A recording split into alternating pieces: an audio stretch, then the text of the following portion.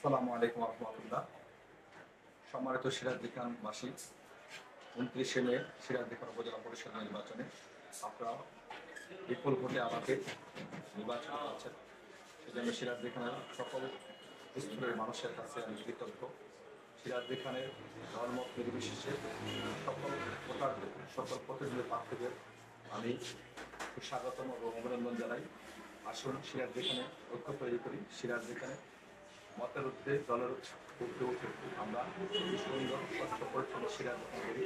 সিরাজদিখানের মানুষের আশা আকাঙ্ক্ষা যতটুকু আছে সবাই মিলে আমরা এই সিরাজদিখানকে সুন্দর করি। আগামী সিরাজদিখান যেন সুন্দর হয়, সিরাজদিখানের মানুষ যেন ভালো থাকে, আমরা সবাই মিলে সেই কাজ করি। একটি কথা আছে, সেটা হচ্ছে যে অনেকেই বলে যে আসলে উপজেলা পর্যায়ে ভাইস চেয়ারম্যানের কাজ। আপনার কি মনে হয় যে উপজেলা পর্যায়ে উন্নয়নের ক্ষেত্রে ভাইস চেয়ারম্যানের মতো কাজ না থাকলেও কতটুকু কাজ আছে? ধন্যবাদ।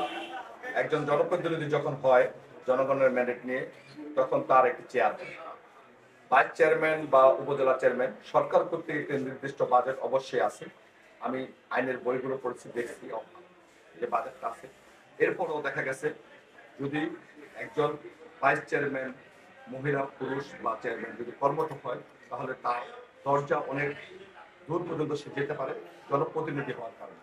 আমি সিরাজদিখানবাসীর কাছে বলবো, আপনারা যে আমানতটি আমাকে দিয়েছেন, আপনাদের আমানতের হেফাজত করব ইনশাআল্লাহ। আমি চেষ্টা করব সর্বশেষ দলগড়া পর্যন্ত পৌঁছাতে, এবং আমাদের এমপি মহোদয় আছে, তাকে নিয়ে তার পরামর্শ নিয়ে সিরাজদিখানকে সুন্দর একটি সিরাজদিখান করে তুলতে পারবো ইনশাআল্লাহ। সর্বশেষ সিরাজদিখানবাসীর কাছে সবিনয় অনুরোধ করি, আপনারা যে আমানতটি আমার কাছে দিয়েছেন, আপনাদের এই আমানতের উপরে আস্থা রেখে আমি বলবো, আপনারা সরাসরি যে কোনো সমস্যার জন্য আপনারা যাকে নির্বাচিত করছেন তার সাথে যোগাযোগ করবেন।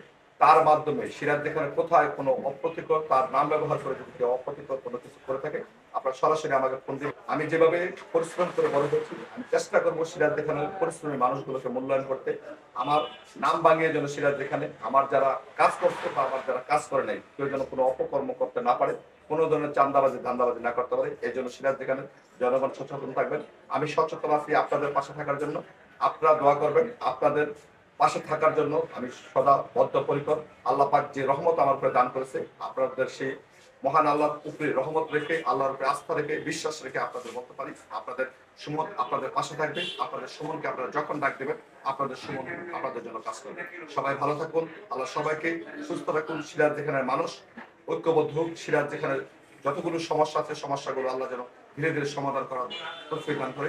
আসসালামু আলাইকুম ওয়া রাহমাতুল্লাহ।